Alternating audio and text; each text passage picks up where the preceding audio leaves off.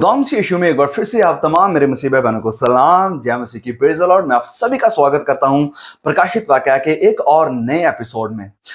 तो अब तक आपको पता है कि हम अध्याय 8 तक की स्टडी कर चुके हैं और जो हमारा रीसेंट यानी जो पिछला एपिसोड था अध्याय 8, उसको हमने स्टडी किया था और अध्याय 8 से शुरू हो रही हैं 7 तुरियां। वो 7 तुरियों का मतलब क्या है, जिक्र क्या है, वो हमने एक्सप्लेन किया था। अध्याय 8 में हमें 4 तुरियां देखने को मिलती हैं। तो वो 4 तुरियों का मतलब क्या है, वो किन चीजों को रिप्रेजेंट करती है और हमें इन सबसे क्या सीखने को मिलता है, वो हमने डिस्कस किया है। तो अगर आपने नहीं देखा है, प्लीज जाएं और उस एपिसोड को भी जरूर देख लें। नो, इससे पहले कि हम आगे बढ़ें और अध्याय 9 की स्टडी करें, जहां पर हमें 5वीं तुरी और 6ठी तुरी देखने को मिलती है, उसमें आगे जाने से पहले मेरी आपसे रिक्वेस्ट है कि जैसे कि आप में से बहुत से लोगों को पता है कि हर सैटरडे हम जूम मीटिंग कर रहे हैं, जहां से हम परमेश्वर के वचनों को बड़े पावरफुल तरीके से सीख रहे हैं। तो अगर आप उस जूम मीटिंग का हिस्सा नहीं बन पा रहे हैं या आपको अपडेट्स नहीं मिल रहे हैं, तो मेरी आपसे रिक्वेस्ट है कि नीचे डिस्क्रिप्शन में आपको नंबर मिल जाएगा और वो हमारा व्हाट्सएप नंबर है। आप वहां से व्हाट्सएप करें, अपना नाम लिख दें, अपनी स्टेट लिख दें और जूम लिखकर हमें भेज दें। तो उसके साथ फिर आपको जो भी हमारे आने वाली मीटिंग्स की अपडेट्स होंगी वो सब मिलती रहेंगी। ओके, तो आगे बढ़ते हैं हम अपनी इस स्टडी में, ज्यादा वक्त जाया ना करते हुए। नो, जब बात आती है इन 7 तुरियों की, इससे पहले कि हम इन 7 तुरियों के बारे में सीखें, ये कुछ जरूरी बातें हैं जो हमें जानना बहुत ही जरूरी है। तो ये जो 7 तुरियां हैं, इनकी टाइमिंग की बात आती है कि ये जो तुरियां बज रही हैं या बजाई जा रही हैं, ये क्या ट्रिबुलेशन से या रैप्चर के पहले हो रही हैं या रैप्चर के बाद हो रही हैं।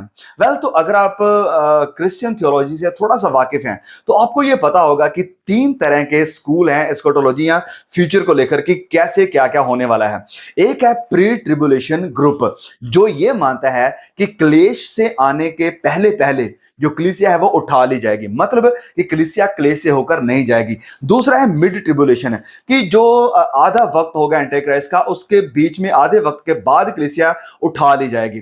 फिर एक है पोस्ट ट्रिबुलेशन रैप्चर का ग्रुप, और इसमें यह माना जाता है, जो पोस्ट ट्रिबुलेशन को मानने वाले हैं वो ये कहते हैं कि नहीं, कलीसिया क्लेश से होकर जाएगी। कहीं भी ये वायदा वचनों में नहीं किया गया कि क्लेश कलीसिया के लिए नहीं है। तो इसलिए ये जो रैप्चर होगा, मसीह यीशु का आना होगा, मसीह यीशु का अपनी कलीसिया को उठाना होगा, ये सब कुछ एंटी क्राइस्ट के बाद, ये सब कुछ क्लेश होने के बाद होगा। तो ये 3 तरह के स्कूल ऑफ थॉट है, अगर आपको पता है तो। ओके, तो यहां पर ये जो प्री ट्रिबुलेशन को मानने वाले हैं कि क्लेश से पहले पहले कलीसिया उठा ली जाएगी, वो ये मानते हैं कि कलीसिया ऑलरेडी उठाई जा चुकी है जब ये तुरियों का साउंड बज रहा है, यानी जब ये तुरियां आ रही हैं। उनका ये मानना है कि प्रकाशित वाक्य अध्याय 4 में जब यूहन्ना को कहा जाता है कि यहां ऊपर आ जा, तो ये कलीसिया को ऊपर उठाया जा रहा है, कलीसिया ऊपर जा रही है, तो कलीसिया धरती के ऊपर नहीं है। जब प्रकाशित वाक्य 4 अध्याय के बाद जो कुछ भी हो रहा है, अध्याय 4 के बाद प्रकाशित वाक्य की किताब में, कलीसिया यहां पर नहीं है, कलीसिया उठा ली गई है। तो हमने इसके खिलाफ ऑलरेडी आर्गुमेंट्स दी हैं कि वचन इसके बारे में क्या कहते हैं। अध्याय 4 की जब हम स्टडी कर रहे थे, तो यहां पर इन बातों को एक्सप्लेन किया था कि यूहन्ना के उठाए जाने का मतलब कलीसिया के उठाए जाने का मतलब नहीं है। तो अगर आप नहीं देखे हैं तो वो एपिसोड भी जरूर देखिए। तो हम ये मानते हैं कि ये जो तुरियां बजाई जा रही हैं, जैसे कि पिछले एपिसोड में मैंने ये आर्गुमेंट रखी थी कि ये जो तुरियों का संकेत या तुरियों के कारण जो आपदाएं आ रही हैं, जो प्लेग्स आ रही हैं, वो एक तरफ से पैरेलल है या सिमिलैरिटी है जो कुछ निर्गमन की किताब में हुआ था। जब फिरौन था, तो उस वक्त परमेश्वर के जो लोग थे, जो खुदा की प्रजा थी, इजरायली लोग, वो ऑलरेडी मिस्र में ही थे, इजिप्ट में ही थे, वो बाहर नहीं निकले थे। तो जो खुदा की तरफ से प्लेग्स आ रही थी, वो परमेश्वर के लोगों को अफेक्ट बिल्कुल भी नहीं कर रही थी। वो टारगेट कर रही थी सिर्फ और सिर्फ फिरौन को और उसकी सेना को, यानी उस वक्त के एंटी क्राइस्ट को और उसकी सेना को। और इस कारण हम ये मानते हैं कि ये जो 7 तुरियों के कारण जो प्लेग्स आने वाली हैं, जो विपत्तियां आने वाली हैं, ये मसीह लोग तो धरती के ऊपर होंगे, लेकिन ये उनके ऊपर नहीं आएंगी। यस, ये उनके ऊपर नहीं आएंगी, ये विपत्तियां टारगेट करेंगी एंटी क्राइस्ट के सिस्टम को और उसके लोगों को। तो पिछले एपिसोड में हमने इनकी डीप से स्टडी करी है। तो आज ये जो अध्याय 9 है, यहां पर भी हमें एक सेम चीज देखने को मिलती है कि ऑलरेडी जो चुने हुए खुदा के लोग हैं, जिनके ऊपर आत्मा की मोहर लगी है, वो यहीं पर हैं, वो धरती के ऊपर ही हैं। लेकिन ये जो विपत्तियां आ रही हैं, अब जो 5वीं मोहर खोलने वाली है, ये टारगेट मसीहों को नहीं कर रही है। जिनके ऊपर आत्मा की मोहर है, ये उन्हें टारगेट नहीं कर रही है। इनका टारगेट सिर्फ वही लोग हैं जो एंटी क्राइस्ट को मानने वाले या जो गुनाह करने वाले लोग हैं। ओके, तो इन बातों को समझते हुए मैं ये बात को क्लियर करना चाहता हूं कि आइए हम इसी चीज में लड़ाई झगड़ा ना करते रहें कि क्लेश पहले होगा या क्लेश बाद में होगा, कलीसिया उठाई जाएगी क्लेश से पहले पहले या नहीं उठाई जाएगी। ये असल में हमारे लिए इतना ज्यादा इंपॉर्टेंट इशू नहीं है। यस, इंपॉर्टेंट इशू इस कारण है कि कहीं लोग ठोकर ना खा लें, कि उनके मनों में ये उम्मीद हो कि ओके हम तो उठा लिए जाएंगे, क्लेश तो हमारे लिए नहीं है, एंटी क्राइस्ट तो हमारे वक्त में नहीं आएगा, वो हमारे उठाए जाने के बाद ही आएगा। तो अगर हम इस विचारधारा के साथ जाएंगे, अगर हम इस फिलोसफी या इस शिक्षा शिक्षा के साथ जाएंगे, तो फिर जब एंटी क्राइस्ट आएगा, जब ये क्लेश आएंगे, तो बहुत से लोग फिर इसके कारण ठोकर खाएंगे कि ये हमारे साथ क्या हुआ, ये तो हमारे साथ धोखा हुआ।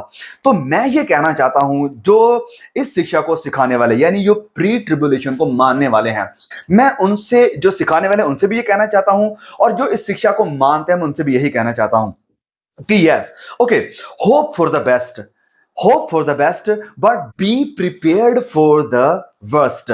कि ओके, उम्मीद रखें, आशा रखें, हम भी यही क्या चाहते हैं, कोई भी नहीं चाहता कि क्लेश से होकर जाएं। हम उम्मीद ये रखें कि ठीक है, खुदा तो हमें बचा लेगा, लेकिन अगर हमें क्लेश के थ्रू होकर जाना भी पड़े तो हम उसके लिए भी तैयार हैं। हम वहां पर भी आपका इनकार नहीं करेंगे, वहां पर भी हम शैतान के आगे नहीं झुकेंगे, हम आपको कोसना शुरू नहीं कर देंगे, हम आपके साथ ही रहेंगे। इस चीज के लिए मैं बस यही चाहता हूं कि हम तैयारी रखें। आइए इसको लेकर हम झगड़े ना, लड़े ना, तैयारी करें कि ठीक है, अगर खुदा क्लेश से पहले पहले आ जाते हैं उठाने के लिए, well fine, good, we are ready for that. लेकिन अगर ये नहीं भी होता, अगर ये काम नहीं भी होता, जो कि बाइबल में असल में नहीं लिखा है, ये शिक्षा बाइबल में है नहीं, एक भी वचन, एक भी आयत ऐसी नहीं है जो क्लियरली हमें यह सिखाती हो कि क्लेश से पहले पहले कलीसिया उठा ली जाएगी। तो अगर ये नहीं भी होता, कलीसिया नहीं उठाई जाती क्लेश से पहले पहले, तो आइए हम तैयार रहें उन क्लेशों का सामना करने के लिए जो एंटी क्राइस्ट मसीहों को देगा, उस मोहर का सामना करने के लिए जो एंटी क्राइस्ट के वक्त में जो खुदा के मानने वालों के ऊपर लगाई जाएगी। तो इस चीज के लिए मैं कहता हूं कि हम तैयार रहें। फिर जैसे मैंने पिछले वीडियो में भी बात करी थी कि सिमिलैरिटीज हैं जो निर्गमन में हुआ, जो प्लेग्स यानी जो विपत्तियां निर्गमन की किताब में मिस्रियों के ऊपर आई, वो सेम सिमिलैरिटी हमें इन 7 तुर्यों में भी देखने को मिल रही है, अध्याय 8 में और अध्याय 9 में प्रकाशित वाक्य के।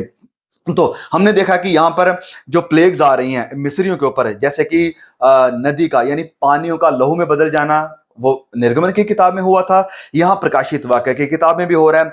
फिर वहां पर डार्कनेस यानी अंधेरा छा गया था, जब हम निर्गमन की किताब में पढ़ते हैं, तो ये सेम काम यहां प्रकाशित वाक्य अध्याय 8 में भी हमें देखने को मिल रहा है। फिर वहां पर फ्रॉग्स आए, मेंढक आए, टिड्डियों का आना हुआ, तो ये टिड्डियां, ये सब कुछ फिर से हमें प्रकाशित वाक्य अध्याय 9 में भी देखने को मिल रही है। तो यहां पर मैं कह रहा हूं कि एक सिमिलैरिटी हमें दोनों में देखने को मिलती है। तो जब हम इन दोनों चीजों को साइड बाय साइड करके देखते हैं तो बहुत सारी चीजें हमारे लिए फिर क्लियर हो जाती हैं। एक और चीज मैं यहां पर बताना चाहता हूं कि देखिए, इन विपत्तियों के बाद जो मिस्र के ऊपर आई और परमेश्वर ने अपने लोगों को फिर छुड़ाया मिस्र से, यानी गुलामी से, यानी उस जो कैद में थे वो उससे बाहर निकाला, और फिर खुदा ने अपने आप को जाहिर किया सिनई पर्वत के ऊपर। तो सेम सिमिलैरिटी अंत के समय में भी है। जब ये विपत्तियां आएंगी, जब ये कष्ट आएंगे, मुश्किलें आएंगी, तो इन सब को देखने या दिखाने के बाद फिर परमेश्वर अपनी कलीसिया को उठाएंगे, अपनी कलीसिया को बुला लेंगे, निकाल लेंगे इस मिस्र की गुलामी से, यानी इस धरती से अपनी कलीसिया को निकाल लेंगे और अपने आप को शो करेंगे। फिर वो जैसे पुराने नियम में उसने सिनै पर्वत पर अपने आप को जाहिर किया था, लेकिन नए नियम में या नई वाचा में जब मसीह यीशु दोबारा आते हैं तो वचन में ऑलरेडी क्लियर लिखा है कि वो अपने आप को पर्वत के ऊपर खड़ा करेगा। तो ये एक फिर से सिमिलैरिटी हमें देखने को मिलती है। ओके, नो आगे बढ़ते हैं। तो हम 7 तुरियों को देख रहे हैं। तो मैंने ये पिछले एपिसोड में बात करी थी कि यहां जब 7 मोहरों को खोलने की बात हुई थी, तो वहां पर भी एक 3 सेट थे। एक था 4 का सेट, एक था 2 का सेट, और फिर एक था 1 का सेट। तो सेम चीज यहां तुरियों के लिए भी है। एक 4 का सेट ऑलरेडी जो हमने 8 में स्टडी किया, फिर अब 2 का सेट हम स्टडी करने वाले हैं जो अध्याय 8 में हमें 9 में देखने को मिल रहा है।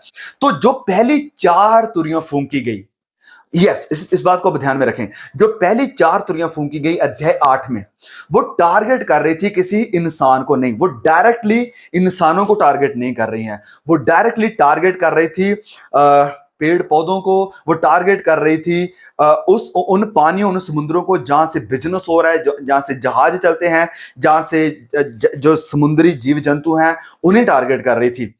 लेकिन अब ये जो आगे आने वाली 3 विपत्तियां हैं, ये डायरेक्टली टारगेट करेंगी इंसानों को। जो पहली 4 विपत्तियां थी उनका डायरेक्ट टारगेट इंसान नहीं थे। हालांकि जरूर इंसान अफेक्ट हो रहे थे उन चीजों के कारण जिनके ऊपर टारगेट हो रहा था, लेकिन डायरेक्ट अब जो टारगेट है वो इंसानों के ऊपर होने वाला है।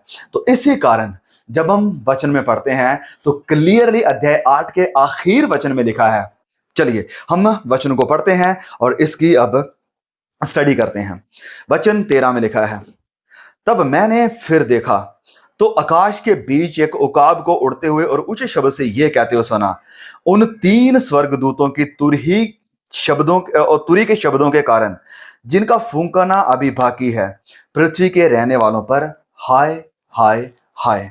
तो 3 तरह की हाय धरती के रहने वालों के ऊपर आ रही हैं। कारण क्योंकि ये जो अब 3 तुरियां फूंकी जाने वाली हैं, 3 जो तुरियां आने वाली हैं, इनका डायरेक्ट अटैक होगा इंसानों पर। तो अध्याय 9 में जाने से पहले मैं इससे एक और बात को क्लियर करना चाहता हूं। देखिए, जो प्रकाशित वाक्य की किताब है, ये एक ऐसी किताब है कि जो भविष्य के बारे में बातें करती है और जो कोड्स में या हम कहें कि चिन्हों में बातें करती है।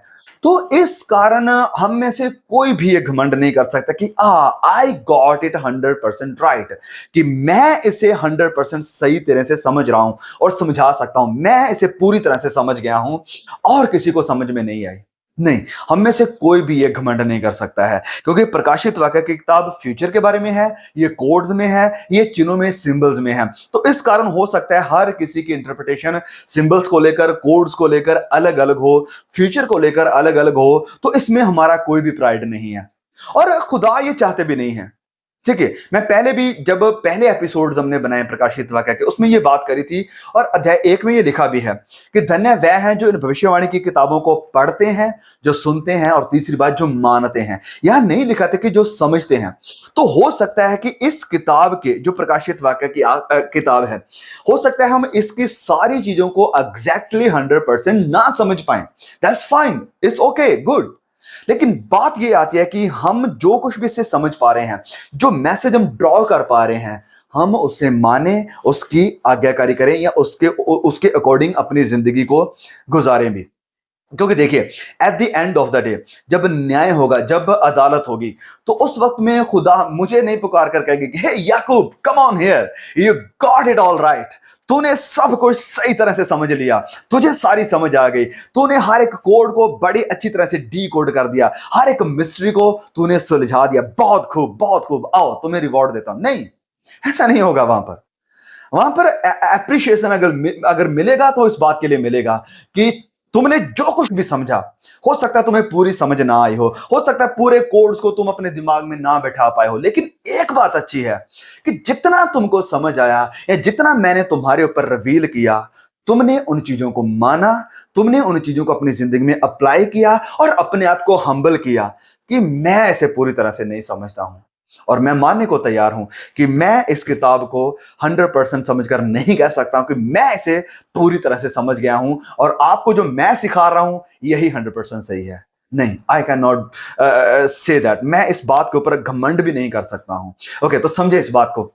ऑलराइट, चलिए अब बढ़ते हैं अध्याय 9 में। तो जैसे मैंने कहा, हो सकता है मैं इसे पूरी तरह से ना समझूं, लेकिन जो कुछ भी हमें समझ में आ रहा है हम इसे समझेंगे, इससे मैसेज ड्रॉ करेंगे कि हमें इससे क्या सीखने को मिलता है। ओके, वचन 1 से पढ़ते हैं। प्रकाशित वाक्य अध्याय 9 वचन 1। तो यहां से 5वीं तुरी अब फूंकी जा रही है। लिखा है, जब 5वें स्वर्गदूत ने तुरी फूंकी तो मैंने स्वर्ग में पृथ्वी पर एक तारा गिरता हुआ देखा और उसे अथाह कुंड की कुंजी दी गई। वचन 2, उसने अथाह कुंड को खोला और कुंड में से बड़ी भट्ठी का सा धुआं उठा और कुंड के धुएं में से सूर्य और वायु अंधकार में हो गए और धुएं में से पृथ्वी पर टिड्डियां निकली और उन्हें पृथ्वी के विषुओं की सी शक्ति दी गई। उनसे कहा गया कि ना पृथ्वी की घास, ना किसी हरियाली, ना किसी पेड़ को हानि पहुंचाएं, केवल उन मनुष्यों को हानि पहुंचाएं जिनके माथे पर परमेश्वर की मुहर नहीं है। उन्हें लोगों को मार डालने का तो नहीं, पर 5 महीने तक पीड़ा देने का अधिकार दिया गया। और उनकी पीड़ा ऐसी थी जैसे विषु के डंक मारने से मनुष्य की होती है। उन दिनों में मनुष्य मृत्यु को ढूंढेंगे और ना पाएंगे, और मरने की लालसा करेंगे, और मृत्यु उनसे भाग जाएगी। ओके, तो यहां पर हम अभी इन्हीं वचनों की स्टडी करेंगे, देखते हैं कितने टाइम तक जाता है, बाकी हम कंटिन्यू करेंगे फिर हमारे नेक्स्ट एपिसोड में। तो वचन 1 से हम पढ़ रहे हैं यहां पर कि 5वें स्वर्गदूत ने तुरी फूंकी है। तो 4 स्वर्गदूत तुरी फूंक चुके हैं, अब ये 5वां स्वर्गदूत खड़ा होता है और ये अपनी तुरी की आवाज देता है। और जैसे ही उसकी तुरी की आवाज आती है, तो वचन में लिखा है कि मैंने स्वर्ग में पृथ्वी पर एक तारा गिरता हुआ देखा, और उसे अथाह कुंड की कुंजी दी गई।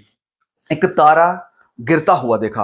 अब ये तारों का क्या मतलब है, इसे हमें डिकोड करने के लिए कोई ज्यादा भागदौड़ करने की जरूरत नहीं है। ऑलरेडी इसकी एक्सप्लेनेशन दी गई है अध्याय 1 वचन 20 में। प्रकाशित वाक्य 1:20 में ऑलरेडी बताया गया है कि तारे जो हैं वो स्वर्गदूत हैं, वो दूतों को रिप्रेजेंट करते हैं या दिखाते हैं। तो तारा जो है वो स्वर्गदूत है। तो यहां पर लिखा है कि वो गिरता हुआ दिखाई दिया, एक तारा गिरता हुआ देखा मैंने। यूहन्ना, ओके, इस तरह से समझे इस चीज को। यूहन्ना को बैठा दिया गया है एक रूम में, एक थिएटर में, बहुत बड़ा थिएटर है, उसे बिठा दिया गया है, और एक बहुत बड़ी स्क्रीन उसके सामने लगी है। और उस स्क्रीन के सामने वो सारे इन दृश्यों को देख रहा है, और जो जो भी वो देखता है अपनी तरफ से पूरी कोशिश करता है उसे एक्सप्लेन करें कि मैं क्या देख रहा हूं, किस चीज का वो, किस तरह का वो इंसान लगता है, किस तरह का वो जीव लग रहा है जिसे मैं देख रहा हूं। तो अपना वो बेस्ट कर रहा है एक्सप्लेन करने के लिए, जैसे भी वो कर सकता है। तो यहां पर अब उसे एक तारा गिरता हुआ दिखाई दे रहा है। तो वचन में लिखा है कि तारा जो है वो स्वर्गदूतों को रिप्रेजेंट करता है, तो एक स्वर्गदूत गिरता हुआ दिखाई दे रहा है। यहां पर लिखा है कि गिरता हुआ, इंग्लिश में लिखा है फॉलन। तो जब भी बात होती है फॉलन की, तो इसके अगर ओरिजिनल वर्ड में हम देखेंगे तो ये हमेशा नेगेटिव में ही हुआ है।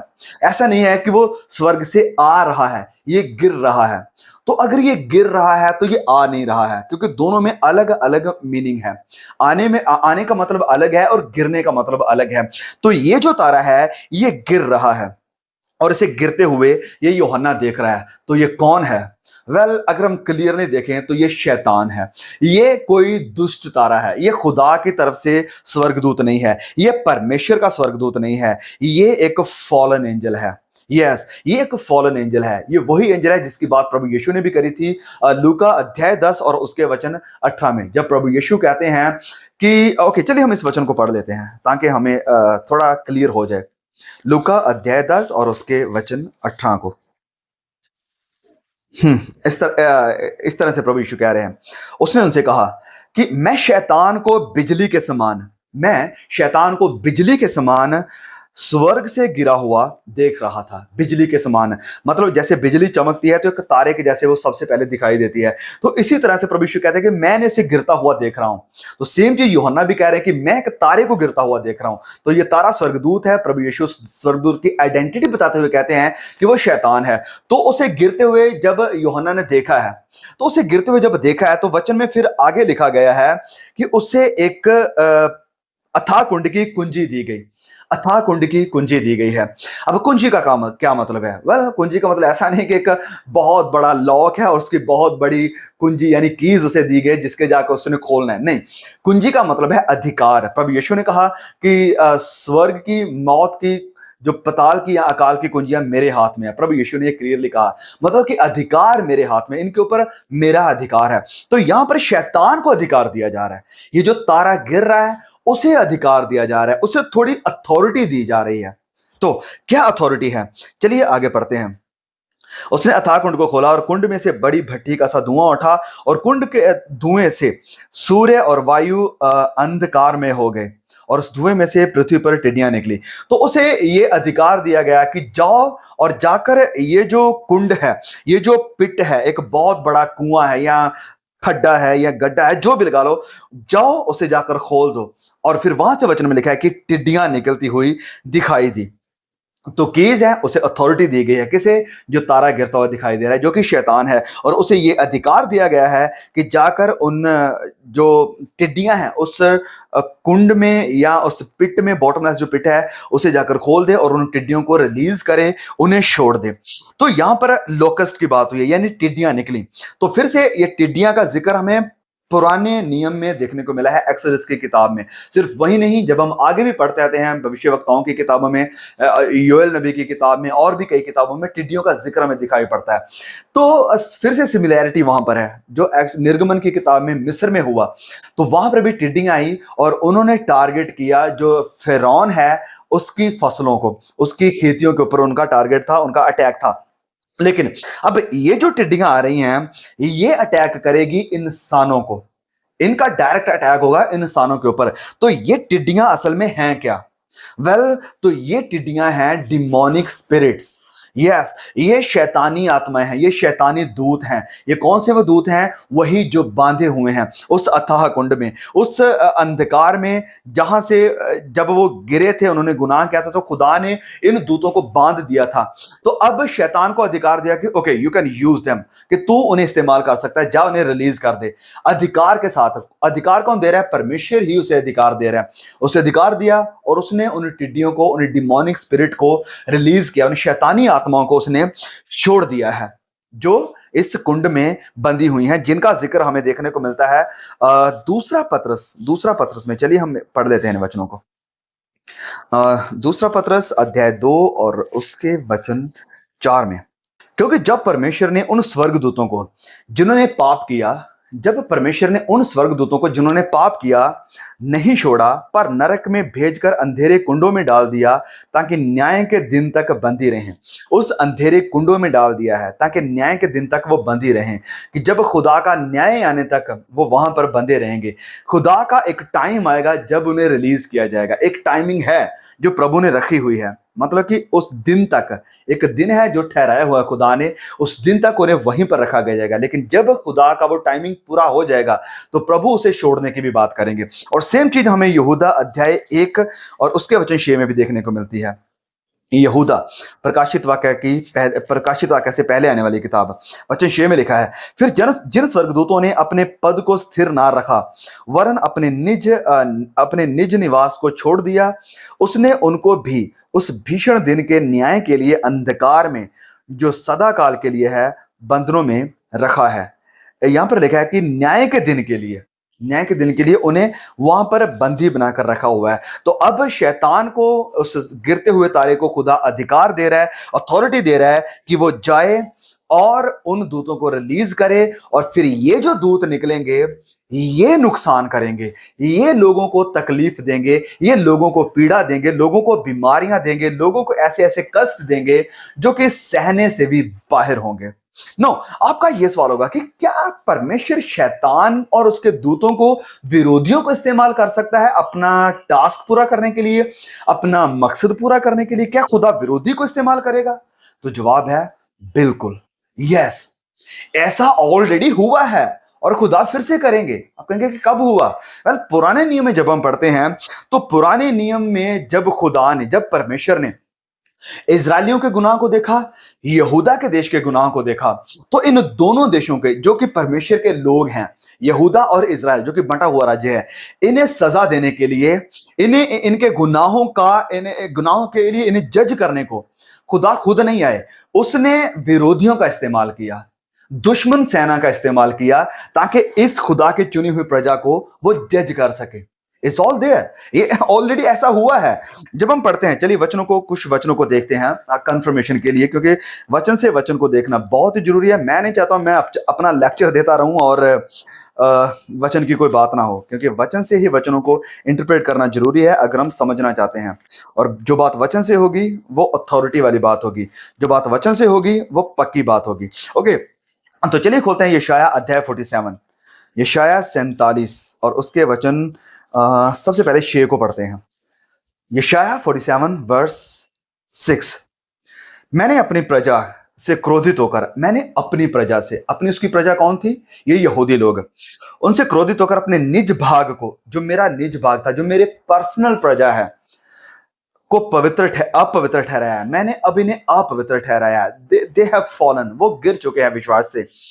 ओके आगे, और तेरे वश में कर दिया, तूने उन पर कुछ दया ना की, बूढ़ों पर तूने अपना अत्यंत भारी जुआ रखा। परमेश्वर कह रहे हैं कि मैंने, इस विरोधी देश से कह रहे हैं कि मैंने अपनी निज प्रजा को, अपने लोगों को तेरे हवाले कर दिया है, तेरे हाथों में दे दिया, तुम्हें अथॉरिटी दे कि तू इन्हें कंट्रोल करे, तू इन्हें सजा दे। और तूने उन्हें सजा दी भी, तूने उन्हें लताड़ा भी, तूने उनके ऊपर न्याय भी ला कराया। तो अलाउ कौन कर रहा है? परमेश्वर कर रहा है। किसको? अपने लोगों को जज करने के लिए। ओके, जिर्मिया अध्याय 20 को, जिर्मिया अध्याय 20, ये एक और बहुत ही खूबसूरत वचन है, हमें पढ़ना चाहिए। यिर्मयाह अध्याय 20 और वचन 4 को देखते हैं। अगर आपके पास अपनी बाइबल है तो प्लीज आप अपनी बाइबल को निकाल कर रखें, साथ ही साथ आप हाईलाइट कर सकते हैं वचनों को, ताकि वचन को आप आसानी से समझ पाएं और फिर आप सब चीजों को खुद भी एक बार स्टडी कर सकें अपने बेटरमेंट के लिए, अपने खुद के फायदे के लिए, कि मुझे वचन समझ में आ रहा है या नहीं आ रहा है, और फिर दूसरों को भी आप इसे समझा सकते हैं। ओके, वचन 20 अध्याय 20 वचन 4 से यार लिखा है, क्योंकि यहोवा ने यूं कहा है, देख मैं तुझे तेरे लिए और तेरे सब मित्रों के लिए भी भय का कारण ठहराऊंगा। वह अपने शत्रुओं को तलवार से तेरे देखते ही वध किए जाएंगे, और सब यहूदियों को बेबीलोन के राजा के वश में कर दूंगा। वह उनको बंदी बनाकर बेबीलोन में ले जाएगा और तलवार से मार डालेगा। बेबीलोन ने यहूदा राज्य के ऊपर विजय पाई। तो क्या इसमें बेबीलोन की सामर्थ्य, क्या इसमें राजा नबूकदनेस्सर अपना कुछ कर रहा था? नहीं, खुदा उसे खुद अलाउ कर रहा था, खुदा उसे मोटिवेट कर रहा था, उसे प्रभावित कर रहा था कि वो जाए और इन लोगों को बंदी बनाए, गुलाम बनाए, क्योंकि ये लोग गुनाह में गिर चुके हैं, इन लोगों ने मुझे छोड़ दिया है, ये लोग दे हैव फॉलन, ये गिर चुके हैं, तो इन्हें मुझे सजा देनी है। And I am going to use you, मैं तुम्हें इस्तेमाल करने वाला हूं इन्हें सजा देने के लिए। और खुदा वचन में क्लियरली लिखा है कि बेबीलोन को चढ़ाऊंगा और बेबीलोन के वश में मैं अपनी प्रजा को कर दूंगा। ओके, तो ये दो वचन, एक और वचन पढ़ते हैं, आखिरी वचन, क्योंकि 3 गवाहों की गवाही कंफर्म हो जाती है। ओके, तो यहां हम देखेंगे दूसरा राजा अध्याय 24 वचन 2, 2 किंग्स 24 वर्स 2 लिखा है यहां पर। ओके, वचन 1 से ही पढ़ते हैं, क्योंकि 1 से फिर थोड़ी चीजें क्लियर हो जाएंगी, बेबीलोन की बात हो रही है। ओके, उसके दिनों में बेबीलोन के राजा नबूकदनेस्सर ने चढ़ाई की और यहोयाकीम 3 वर्ष तक उसके अधीन रहा। तब उसने फिरकर उससे विद्रोह किया। तो बेबीलोन ने चढ़ाई की, तो ये जो राजा है यहूदा का, उसके गुलामी में रहा। वचन 2 में क्या लिखा है, ये जरूरी है। तब यहोवा ने उसके विरुद्ध और यहूदा को नष्ट करने के लिए, उसके विरुद्ध यानी किसके? ये जो राजा था यहूदा का, इसके विरुद्ध और यहूदा को नष्ट करने के लिए, देखो पूरी विरोधियों का इस्तेमाल कर रहे हैं। लिखा है कि कसदियों, अरामियों, मुआबियों, अम्मोनियों के दल भेजें। ये यहोवा के उस वचन के अनुसार हुआ जो उसने अपने दास भविष्यवक्ता के द्वारा कहा था। तो ये 5 पावर्स, ये जो 5 ताकतें हैं, इन्हें खुदा ने भेज दिया है इन देशों के, अपने देश के खिलाफ। कौन कौन सी? बेबीलोन को भेजा, कसदियों को भेजा, अरामियों को भेजा, मुआबियों को भेजा, अम्मोनियों को भेजा। तो ये विरोधी दुश्मन है जिनको खुदा इस्तेमाल कर रहा है इस अपने देश को, यहूदियों को सजा देने के लिए, उनके गुनाह के कारण। तो यस, डेफिनेटली परमेश्वर इन शैतानी आत्माओं को अधिकार देंगे कि वो इन लोगों के ऊपर चढ़ाई करे जो उससे फिर चुके हैं, जिनके माथे के ऊपर खुदा की मोहर नहीं है, जिन्होंने पवित्र आत्मा की शाप नहीं ली है, ताकि उन्हें सजा दे। और ये जो शैतानी आत्मा है आज भी खुदा के नाम मानने वालों को सजा दे रही हैं। यस, उनके ऊपर बीमारियां आती हैं, ये वो सब कुछ बहुत बुरा हो रहा है, उन्हें यहां तक कि शैतान मार भी दे रहा है।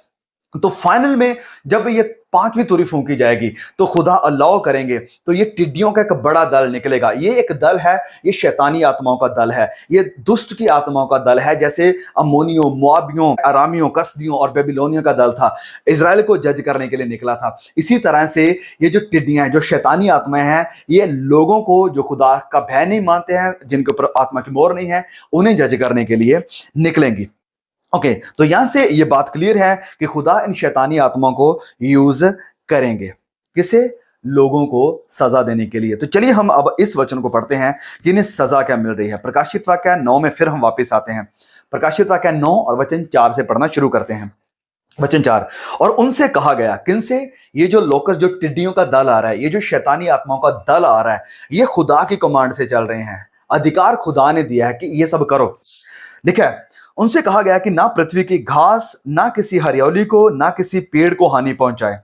तो अब जो पिछली 4 विपत्तियां हमने देखी थी अध्याय 8 में, वहां पर उनका टारगेट क्या था? वो जाते थे, वो पानियों को टारगेट करते थे, वो हरियाली को टारगेट करते थे, वो जो लाइट के सोर्सेस हैं उन्हें टारगेट करते थे ताकि अंधेरा छा जाए। लेकिन अब नहीं, अब नहीं। अब ना तो इन्हें पेड़ों को टारगेट करना है, ना हरियाली को, ना किसी और चीज को। टारगेट अब किन्हें करना है? किनको हानि पहुंचानी है?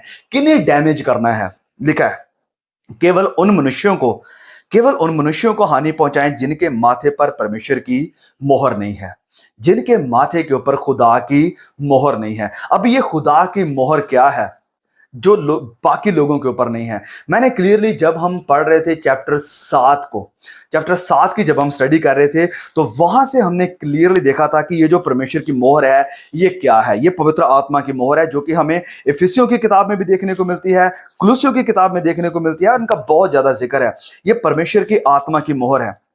चलिए हम एक बार पढ़ लेते हैं इफिसियों अध्याय 1, और उसके वचन, सारा हम नहीं पढ़ेंगे, वचन 13 से ही पढ़ेंगे। वचन 13 से, इस शाप को देखने के लिए कि ये मोहर क्या है। जिनके ऊपर ये मोहर लगी होगी, ये डिमोनिक स्पिरिट्स उनके ऊपर अटैक नहीं करेंगी। ये डिमोनिक स्पिरिट उनका कुछ नुकसान नहीं कर पाएंगी, क्योंकि वो खुदा की आत्मा से प्रोटेक्टेड हैं। जैसे ये मिस्र में इजरायली प्रोटेक्टेड थे, उनके ऊपर कोई नुकसान नहीं हो रहा था, इसी तरह थे जब ये आप विपत्तियां आएंगी, जब ये प्लेग्स आ रही हैं, टिड्डियों की प्लेग्स आ रही है, तो ये खुदा के लोगों के ऊपर टारगेट नहीं करेंगी। ये उन्हीं को टारगेट करेगी जिनके ऊपर परमेश्वर की आत्मा की मोहर या शाप नहीं है। ओके, चलिए इस शाप को देख लेते हैं।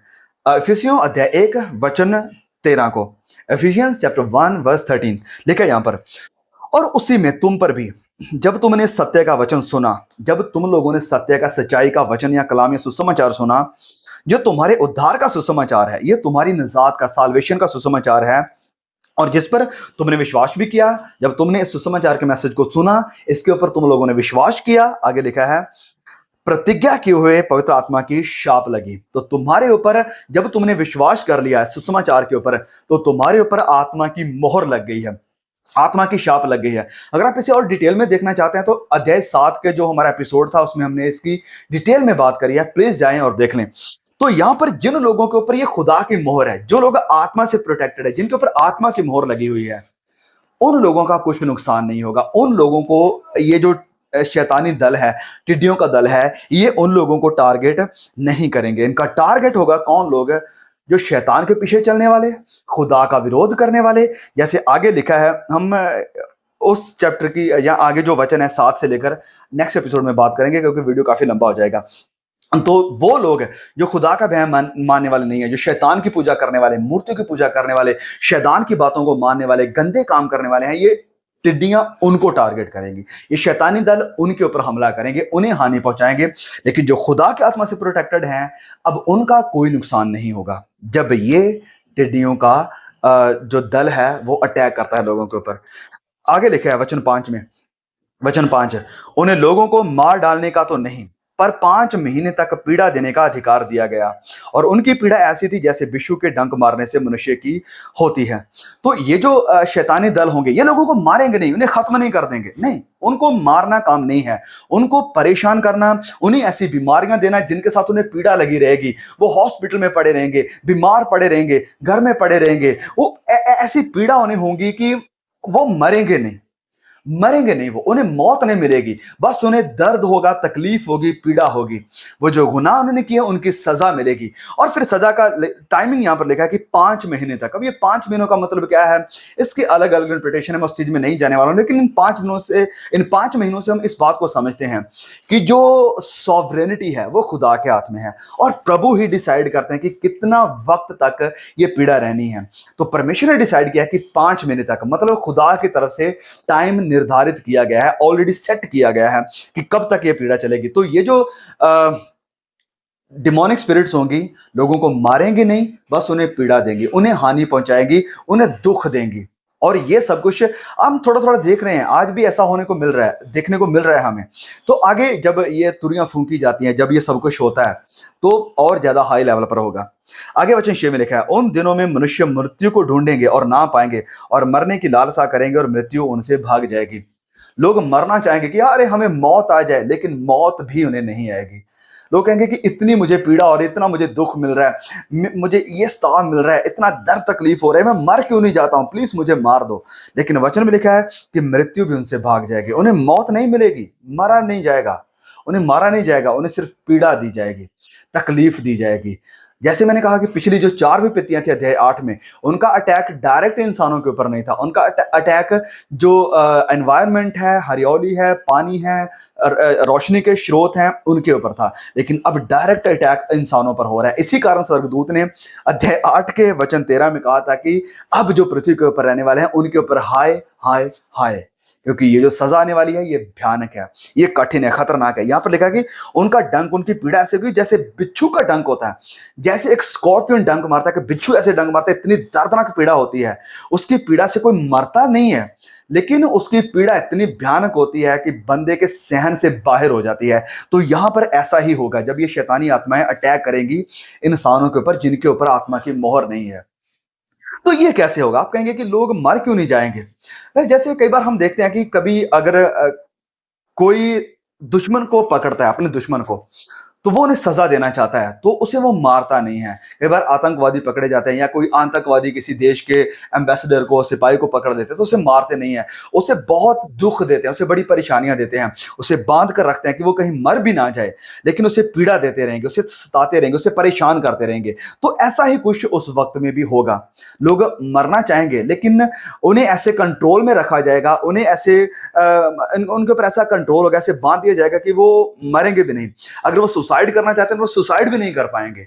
इस तरह का उस वक्त में कंट्रोल होगा। तो ये 5 महीनों तक पीड़ा होगी। ओके, तो हम यहां पर इस वीडियो को रोकेंगे, कंटिन्यू करेंगे। जो आगे वचन है कि उन टिड्डियों का आकार क्या था, 5 महीने तक वचन में लिखा कि उन्हें सजा दी गई, और फिर उनके ऊपर एक लीडर भी है जिसे अबेदोन कहा जाता है। तो ये सब कुछ को हम आगे वचन में हमारे नेक्स्ट जो एपिसोड है उसमें स्टडी करेंगे। तब तक प्लीज मेरी आपसे रिक्वेस्ट है, इस वीडियो को शेयर जरूर करें, क्योंकि आपको पता भी 7-8 दिन हो गए इस एपिसोड को रिकॉर्ड नहीं कर पा रहे थे, क्योंकि इसे समझना अच्छे से, इससे पहले कि मैं आपको अपने तुक्के मार के बता दूं, इसका कोई फायदा नहीं है। मैं चाहता हूं कि चीजों को मैं खुद थोड़ा आसानी से समझूं, तो बहुत इसके लिए टाइम लगता है। इधर उधर बहुत सारे अलग अलग कमेंट्रीज को, अलग अलग जो लोग हैं उन्हें पढ़ना पड़ता है, देखना पड़ता है कि ओके उनका क्या विचार है, इनका क्या विचार है इस चीज को लेकर।